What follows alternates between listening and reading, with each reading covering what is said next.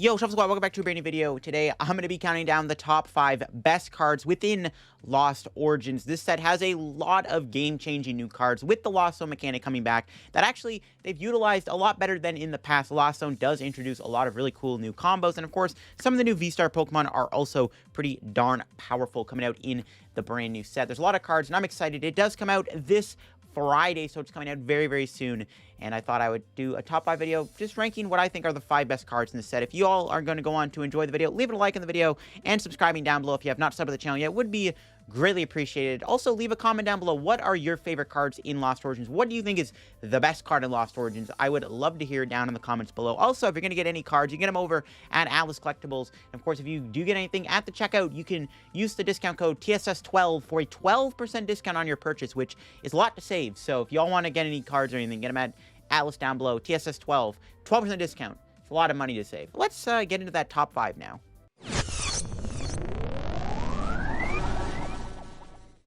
Coming in number 5 is going to be Hisuian Zoroark V-Star. Now, Zoroark V-Star is a very powerful card with the attack Tricking Curse that does 50 damage for each of your Pokemon that have any damage counters on it. And of course, if you combine this with the power of the new Gengar coming out, you have a pretty good combo. And of course, since this attack works for a single energy, that is very good. Zoroark has always infamously been a very good card in the past. Now, if all your Pokemon have damage on it, this thing is doing 300 damage with a double turbo. That's 280 with a choice belt, 310. You hit really good numbers. Now, Zoroark does have some good synergy, of course, with cards like Gape Jaw Bog, Old Cemetery, the new Gengar coming out, and of course, since it is a colorless Pokemon, you can combine it with cards like Charon's Care and Dunsparce, which is pretty good, as this card does attack for a single energy, which is really, really strong. Now, the only thing that I think really holds Zoroark V-Star back from being that good, honestly, is the fact that it kind of has a bad Palkia matchup. One of the issues is Zoroark V-Star does do a lot of damage, but its attack kind of makes you bench Pokemon, which kind of makes you just very vulnerable to Palkia V-Star. And that is one of the things that kind of holds this card back, in my opinion,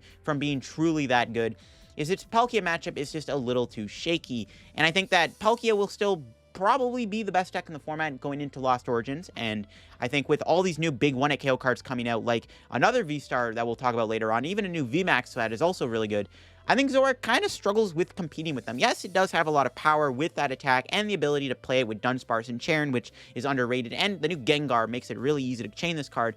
I just think that it's unfortunately just got a bad Palkia matchup, and I think that kind of holds it back a lot. It's also a very squishy V-Star. It's a V-Star at 270 HP, and if you want to play it with, like, you know, Old Cemetery, try to get damage on Zoroark itself, I mean, you're going to go down to, like, 250 HP. It's not a very tanky card, and that's kind of the issue I have with it, and that's why it's all the way down to number 5. Still think it's a good card, though. It still does a lot of damage, and it still can 1-hit KO things, but I don't know. We'll have to see how it does into the Palkia matchup. Coming to the number 4 spot is Kyurem VMAX. Now, unfortunately, there's not a whole lot of English scans for Lost Origins cards right now as I'm filming this video, so we have to wait on that, and I was able to acquire some of the scans through Bulbapedia, but Kyurem VMAX is, in my opinion, the 4th best card in the set. This card is really good because it is a very good partner for Palkia, and if you're good with Palkia, clearly the card has to be in the top 5, as Palkia is the best deck in the format right now. It does have the ability Glaciated World. Once you're in turn, you may discard the top card of your deck. If it's a water energy, attach it to one of your Pokemon. And Max Frost is 120, discard any amount of water energy from this Pokemon, doing 50 for each one discarded in this way. This card is basically Magcargo GX, and that's huge. Magcargo GX was a pretty okay card. I know it saw some play here and there, and this card is basically Magcargo, but it is a water Pokemon. And of course, water is the best type right now. It's got all the insane consistency you need with Bucket, Irida, the Inteleon engine, Melanie, Frostmoth, Palkia, V-Star, just to name like a few. Okay, that's just how good water is right now. And of course, Kyurem is just such a good card in Palkia. It's really, really powerful with Palkia.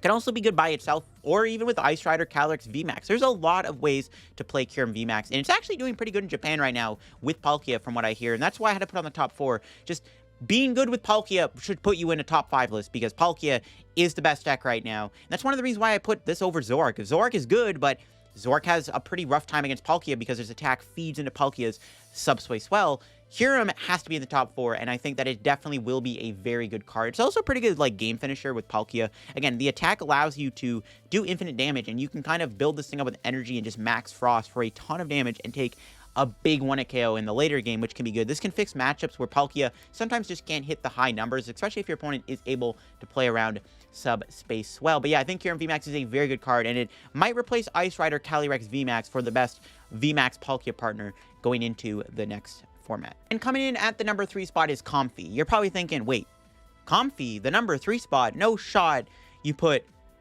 Comfey at number 3. But yes, this card is that good, and it is what is going to make the Lost Zone mechanic very good. There's a lot of new cards that make the Lost Zone mechanic good. I think Comfey is the one that really enables the Lost Zone mechanic to be as good as it is, especially with another card that will be on this list. Now, Comfey does have the ability Flower Selection. Once your turn, if this Pokemon is in your active spot, you may look at the top 2 cards of your deck, put one in your hand and the other in the Lost Zone. Now, a lot of the new Lost Zone cards require you to have a certain amount of cards in your Lost Zone to do their very, very powerful effects. And thanks to Comfey's ability to chain those cards very quickly, it is very easy to just Comfey and set up a really fast play. And there's a lot of really good cards that are coming out that abuse the Lost Zone, and Comfey gets to really abuse those mechanics because it makes it easier to get those things going really fast. There's a lot of cards that require you to have cards in the Lost Zone, and Comfey is going to make it very easy to get those cards going super duper quickly, so you don't have to wait like 4 or 5 turns to pull it off, because Comfey allows you to really get that going thanks to with Scoop Up Net and switching cards. Comfey will be very easy to play, and it will very easily allow you to get those cards in Lost Zone, and I think this is what is going to make the Lost Zone engine mechanic really, really strong. So I had to put Comfey at number 3. It is just that good of a card, and it's going to be one of the best enabling cards in the mechanic. It's kind of like the Mew Jirachi kind of the set, you know what I mean? Like that card that really, you know, that little basic Pokemon that allows you to be so turbo with your deck and allow you to set up all these combos, and Comfey will enable that, and that's why I had to put it at number 3. Coming to the number 2 spot is Mirage Gate. Mirage Gate is a very good card, and of course, the effect of it is very powerful. Search deck for up to 2 basic energy cards of different types and attach them to your Pokemon in any way you like. This is very reminiscent of like Beast Ring. Now, the effect of this card, you do have to require to get 7 or more cards in the Lost Zone. This is why I put Comfey on the list. Comfey will make it very easy to pull this off by like your second turn, which is ridiculous. And there's other cards too, but Comfey is like the best one. But yes, Mirage Gate, you just have to play with cards with the effect of putting cards in the Lost Zone, and there's quite a few of them, Comfey being obviously the one you'll play the most of, try to get this going really fast. Then you can search check for the 2 basic energies of different types and put them on your Pokemon. There's a lot of cards that can abuse this mechanic. Of course, there's a very good V-Star Pokemon in this set that gets to play it. There's also cards like the Amazing Rare cards, and Amazing Rare Reshiram might genuinely be a good deck because of Mirage Gate. Amazing Rare Reshiram does get to abuse Mirage Gate, which is very, very relevant, and this card will just see a lot of play. There's a lot of really good combos this card will work with. There's a lot of cards in the format that you can play this card with. It's kind of insane, and it's basically an energy acceleration item card, and you can play this with really anything as long as you just have that Lost Zone mechanic, you know, under wraps. And once somebody figures out the right amount of Lost Zone cards like to play with Mirage Gate, I think this card will see play with a lot of different cards, because a lot of Pokemon can play this card. If you have like a colorless attack cost in your attack cost, you can play this card. I think it's a really good card, and it will, without a doubt, make the format a bit more faster, because an energy acceleration item card is broken and bananas, and I think that there's so many ways to play this card, and there's going to be so many untapped potential for this card. I think somebody's going to figure out different combos, because people will be like, oh, it's good with this card, and obviously that'll be good, but somebody will figure out another way to play it and do really well with it at like regionals or something, and then you never know. I just think Mirage Gate is just that good of a card and definitely has to be a number 2. Before we get to number 1, though, let's talk about some honorable mentions. And here are my honorable mentions. Now, because of the fact that all the English scans are not out yet, I kind of had to like lay it out like this. Hope you don't mind it. But yeah, these are the honorable mentions that I have chosen for the list. Now, we'll start off with Gudra VSTAR. Now, Gudra VSTAR is very hyped up. A lot of people are hyping it up. It's like kind of the new Stonejourner, the big, bulky tank healing deck. And Gudra's legit. It does a lot. It can do a lot of damage. It takes 80 less damage when you do the attack. It's got a really good VSTAR power. There's a lot of healing cards in the format. And there's even new stadium cards that actually combine really well with Gudra. There's a few ways you can play it. You can play it with Melanie. You can play it with Mirage Gate. You can play it with Arceus. Who knows? There's a lot of ways to play Gudra. Now, Gudra just barely missed out on making the top 5. I would probably put it at number 6, to be honest. The reason it missed out on the top 5 is because, while it is a good card, I think Zoroark is just the better V-Star overall. Gudra's good, but Gudra does have weaknesses. Cards like Boss, Cross Switcher, Escape Rope, they're all issues for Gudra. I do think it's good, and I think that it will be good, but we're also going to a meta where damage output is really high right now, and I mean, Palkia probably can't, like, Gudra might have a bad Palkia matchup, but Gudra might have a bad Ice Rider Kyurem Palkia matchup. So I just don't think Gudra quite gets there. I think normal Palkia struggles against Gudra, and Arceus will probably struggle against Gudra too. And Goodra also has no weakness, which is kind of bananas. And I think that is a very good card. Again, it's probably going to be what would be the number 6 spot on this list. Also, I included Gengar. Gengar has an insane ability. When it's in the discard pile, you put on your bench and put 3 damage on this Pokemon. Basically, putting an evolution Pokemon into play for free like that is so good. Obviously, this will be very good with the new Hisuian Zoroark, but there's other ways you can play this card. It's also got a really good attack against Miltank. For 1 Psych Energy, you can put 2 damage counters on your opponent's active for each of your opponent's bench Pokemon. So it's got an okay attack.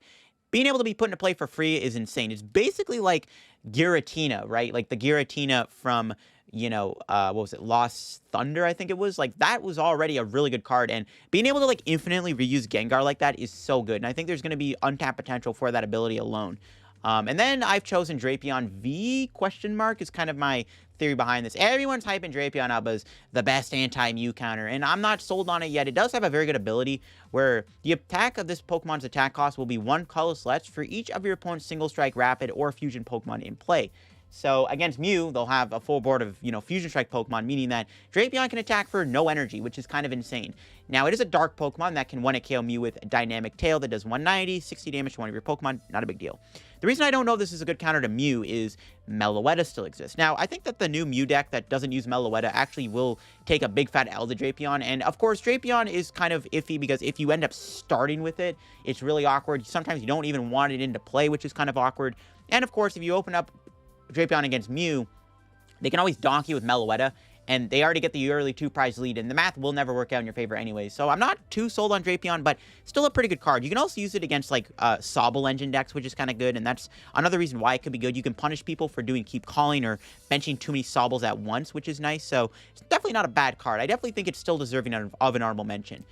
Next up is Thornton. Thornton is kind of crazy. Thornton does have the ability, like Nanu and Ninja Boy, choose a basic Pokemon from your discard pile, switch it with one of your basic Pokemon in play, and all the attached cards, including damage counters, special conditions, stay on the new Pokemon. Basically, this card works like a Ninja Boy effect. So if you're playing something like Reggie, right, you can, like, say Regigigas to a Reggie, and put, like, 2 Auroras and a Capture Energy on. And then you can Thornton that Pokemon into an amazing rare Pokemon, which is kind of crazy. There's other combos for Thornton that will exist in the format, too. I think Thornton is a very strong card. There's going to be a lot of really cool combos that it will be good with, and I think it's a good upgrade to something like the Reggie deck, as you can play other amazing rares like Yveltal or Kyogre or Raikou or whatever amazing rare you really want to combine it with. Then there's Gift Energy. Gift Energy is kind of an insane card that I think is a little underappreciated right now in the meta. Or will go underappreciated into the meta, sorry. Its effect is really broken. It's Lucky Egg, but on an energy. If the Pokemon's card attached to is knocked out, you draw cards until you have 7 in your hand, and that is really powerful, and I think it's a very underappreciated card. I think a lot of decks can actually really take advantage of it. The big one, I think, is really going to be Reggie. Reggie is going to adore this card. Reggie is a good deck. I love playing Reggie. If you don't already know, I've been doing really well with it recently in tournaments. And I'm a huge Reggie fan right now. It's a lot of fun to play. Reggie does get a bit better into Lost Origins, mainly because of this card alone. I mean, Reggie with Thornton's really cool too, but I think Gift Energy will make Reggie really, really insane. And it's just a really good card. I think a lot of decks can really utilize a few of these, and just a Lucky Energy, or Lucky Egg as a energy is insane, because Lucky Egg never really worked because there's just better tools, and Choice Belt is just obviously better. But being able to put it on an energy attachment seems good to me. It's also pretty good with something Blissey. So I think Gift Energy is very, very good and is deserving as a spot, as an honorable mention. But without further ado, let's get into the number 1 spot. And of course, coming in the number 1 spot, probably to nobody's surprise, is Giratina VSTAR. This is the card that is getting the most amount of attention and noise with Lost Origins, and is probably going to be the best card in the set. Giratina VSTAR does have a really strong attack, Lost Impact for 200. It does 280 damage, and that's just really good, because that's just real good numbers right now. Being able to 1-hit KO things is obviously one of the best things about Giratina VSTAR. It's also got a decent effect where you can put 2 energy for your Pokemon in the Lost Zone. You can obviously combine this with a lot of the Lost Zone cards that require cards within the Lost Zone to do their effects, like something like Mirage Gate. And of course, it does do a lot of damage. And its Star Requiem attack is also pretty good too. You can use attack only if you have 10 or more cards in the Lost Zone. Your opponent's active is knocked out. Great way to kind of end the game off, which is insane. Kind of checkmates your opponent a lot of the time, which is the beauty of it. Now, there's a few ways to play Giratina. You can play it with the Mirage Gate engine. You can play with Gardenia. I think Arceus Giratina is also going to be really good. I mean, Arceus is just a really good card, and honestly, I think Arceus Giratina might be the way to play it, unfortunately. But yeah, Giratina is just that good of a card. Does a lot of damage, hits really hard. There's a lot of really cool ways to play it. I think it's definitely the best card in the set, without a doubt, and I don't think anybody is going to deny that Giratina will be the best deck. We'll just have to see what version of Giratina will be the best coming out of Lost Origins. But that'll be it for the top 5 video. Let me know down in the comments below, what do you think is the best card in Lost Origins? Did I miss any cards in the top 5? Other cards I wanted to include on the list were going to be Cramorant, and also I was thinking about maybe putting Bayonet on the list, but I do think the top 5 is pretty solid, and I do really like Lost Origins. There's a lot of really cool new cards, a lot of really cool new mechanics coming out that are going to change the way the standard format is kind of played, which I think is really, really exciting, and I'm looking forward to it. And if y'all are looking forward to it too, leave a like, and again, leave a comment. What do you think is the best card in the set? And that'll be it for me, and I will catch y'all next Monday for another video, which will be a Lost Origins deck profile, so get excited for that. The Shuffle Squad is proudly sponsored by Atlas Collectibles, the best place to buy any trading card game product online. Visit atlastcg.com, and at the checkout screen, make sure to use code TSS12 to save an unbeatable 12% off your entire order. Atlas Collectibles will ship your product anywhere in the world, so make sure you're taking advantage of the 12% savings with TSS12. If you're looking for PTCGO codes, they have them there as well at atlaspokemart.com. And the best part is, the TSS12 code works there as well. And if Pokemon is not your thing, don't worry. Go to atlastcg.com and see all the other amazing trading card game products they have there to offer. This video is sponsored by PokeXword.com, the best place to get your fill of Pokemon-inspired puzzles. New puzzles are posted every Sunday, and it's a great way to disconnect and have some fun. Not only that, but they also host monthly giveaways on their channel. I personally complete these puzzles every week and can honestly say that they're pretty challenging. They've recently added a puzzle with flavor text only, which is a ton of fun. Be sure to follow PokeXword on Twitter to get notified when new puzzles are posted and when their giveaways are live.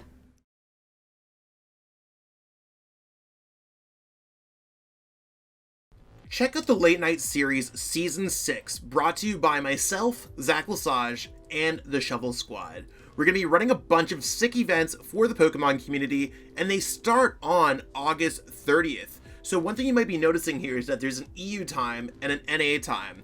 We have one at 12 p.m. Eastern, which works out to about 5 p.m. in London, and then we have one at 7 p.m. Eastern, which should help out a lot of players on the West Coast play in this event.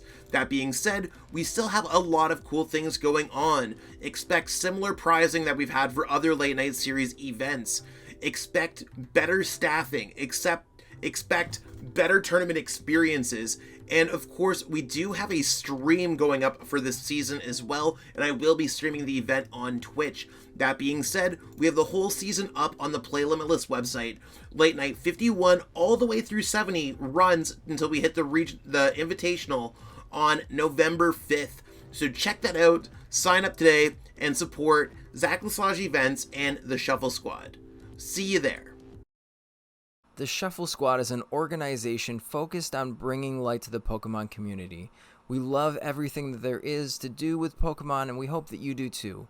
Make sure you're liking, subscribing, following us, and commenting on this video to let us know what you'd like to see in the next video on the channel. Thank you so much for watching this video in its entirety, and we hope to see you next time.